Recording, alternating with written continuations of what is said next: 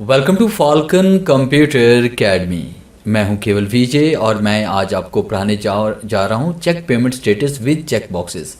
जैसा कि आपको स्क्रीन पे नज़र आ रहा है कि यहाँ पे मेरे पास फ़ी का रिकॉर्ड है, यहाँ पे फ़ी स्टेटस है। अब जो हमारे पास पेंडिंग में आ रहा है, जो अनचेक है हमारे पास, तो वहाँ पे पेंडिंग लिखा आ रहा है। जहाँ पे फ़ीस पे हो चुकी है, पेड हो चुकी है, वहाँ पे ये ग्रीन कलर में चेंज हो जाता है। जैसे हम यहाँ पे क्लिक करते हैं तो देखिए मैंने क्लिक किया तो ये पेड लिखा आ रहा है यहाँ पे, और जैसे हम क्लिक करते हैं तो यहाँ पे आपके पास पेंडिंग में ये शो हो रहा है।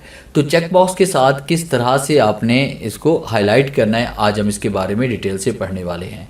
लेक्चर स्टार्ट करने से पहले हमेशा की तरह यही कहूँगा कि अगर आज की इस वीडियो से कुछ आप सीख पाएँ, कुछ आप न्यू लर्न कर पाएँ, तो इस वीडियो को लाइक ज़रूर कर दीजिएगा, क्योंकि आपका एक लाइक इस वीडियो को ज़्यादा से ज़्यादा लोगों तक पहुँचा सकता है।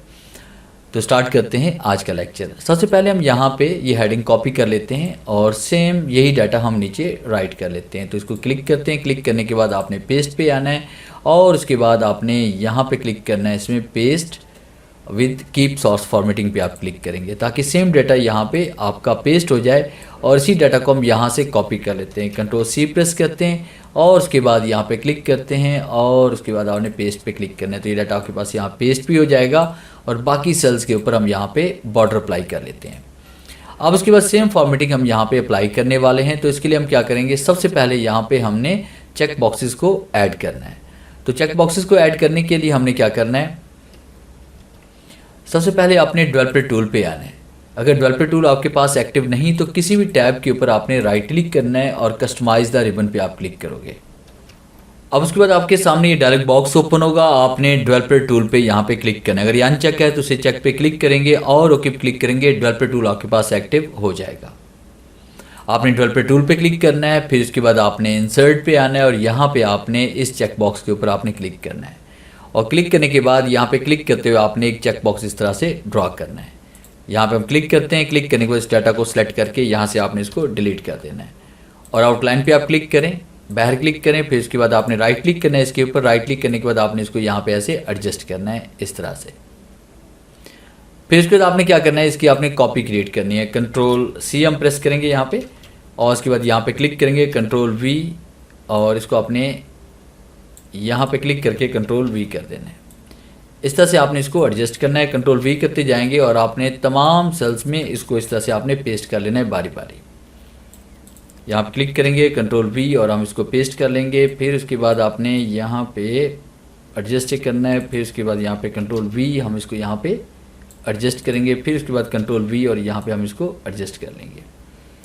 फिर उसके बाद यहाँ पे क्लिक करेंगे, कंट्रोल वी, और हम इसको इस तरह से एडजस्ट कर लेंगे। फिर इसके बाद शिफ्ट के साथ आपने तमाम सेल्स के ऊपर आपने क्लिक करना है। जैसे हम यहाँ पे क्लिक करते हैं ऐसे, तो शिफ्ट के साथ आपने तमाम सेल्स के ऊपर इस तरह से बारी बारी आप क्लिक करते जाएंगे। और उसके बाद फिर आपने यहाँ पे शेप फॉर्मेट पे आना है और उसके बाद आप अलाइनमेंट पे आएंगे। अलाइनमेंट पे क्लिक करने के बाद आपने सेंटर पे क्लिक करना है ताकि तमाम सेल्स यहाँ पे अलाइनमेंट इसकी सेंटर में आ जाए। फिर आपने बारी बारी तमाम सेल्स के ऊपर राइट क्लिक करना है। जो चेक बॉक्स आपने यहाँ पे इंसर्ट किया हुआ है उसी के ऊपर आपने राइट क्लिक करना है। फॉर्मेट कंट्रोल पे आप क्लिक करेंगे और उसके बाद आपने चेक बॉक्स पे क्लिक करना है।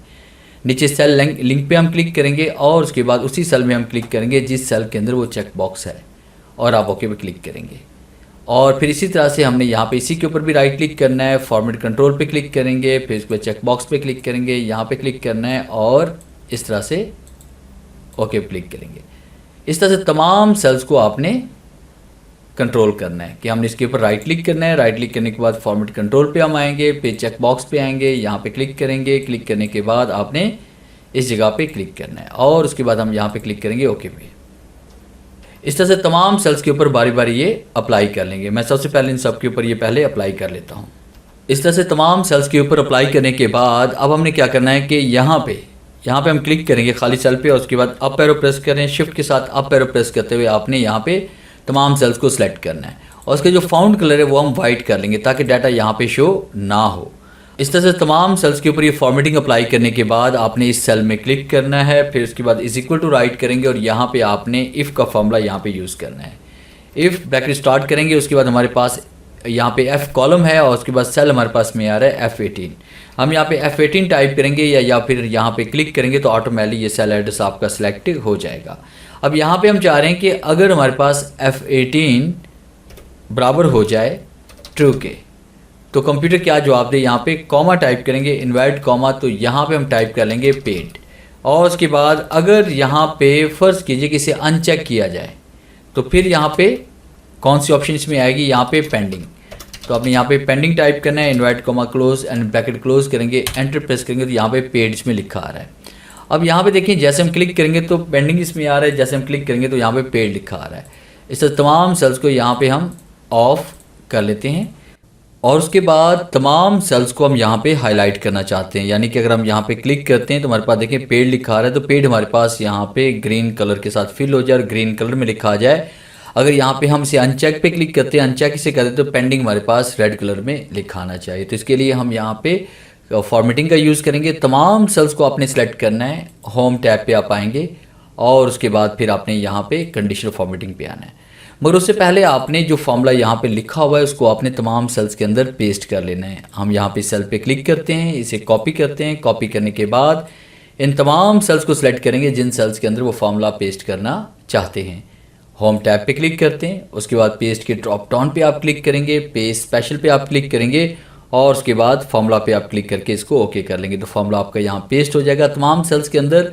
आप चेक कर सकते हैं जिन जिन सेल्स के ऊपर आप क्लिक करते जाएंगे वो यहाँ पे पेड में कन्वर्ट होते जाएंगे। अब उसके बाद इन तमाम सेल्स को आपने ऐसे सिलेक्ट करना है और तमाम सेल को सिलेक्ट करने के बाद अब आप ये चाहते हो कि यहाँ पे ये हाईलाइट हो जाएं। जैसे हम चेक बॉक्स पे अगर क्लिक करते हैं, टिक का साइन अगर शो हो जाए हमारे पास तो पेड जो है वो ग्रीन कलर में चेंज हो जाए, और अगर ये अनचेक है तो ये रेड कलर में कन्वर्ट हो जाए।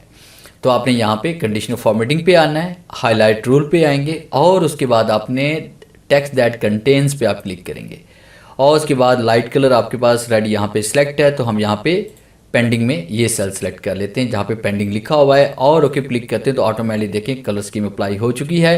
अब उसके बाद ग्रीन के लिए आपने क्या करना है, जो फ़ी पे कर चुके हैं तो उसके लिए आपने क्या करना है, कंडीशनल फॉर्मेटिंग पे आते हैं, हाईलाइट रूल पे आना है, दोबारा अपने टेक्स्ट दैट कंटेन्स पे आप क्लिक करेंगे और उसके बाद यहाँ पे हम सेलेक्ट कर रहे थे green fill with dark green text और यहाँ पे क्लिक करते हैं, पेड पे क्लिक करेंगे और ओके क्लिक करेंगे। देखिए हमारे पास फॉर्मेटिंग अप्लाई हो चुकी है। अब जहाँ जहाँ हम क्लिक करते आएंगे वहाँ वहाँ देखिए हमारे पास ये पेड हो रहा है और दोबारा जैसे हम अनचेक इसे करेंगे तो वो आपके पास यहाँ पे इसमें कन्वर्ट हो रहा है हमारे पास इस तरह से। तो ये था मेरा आज का लेक्चर जिसमें मैंने आपको पढ़ाया कि आप किस तरह से एमएस एक्सेल के अंदर चेक बॉक्सेस को इंसर्ट करके आप यहाँ पे सेल्स को हाईलाइट करवा सकते हैं। उम्मीद है आज के इस लेक्चर में ज़रूर कुछ नया सीखने को मिला होगा। वीडियो अच्छी लगी है तो इसे लाइक कीजिए और अपने दोस्तों के साथ शेयर कीजिए। मिलते हैं हम नेक्स्ट लेक्चर में, तब तक के लिए गुड बाय।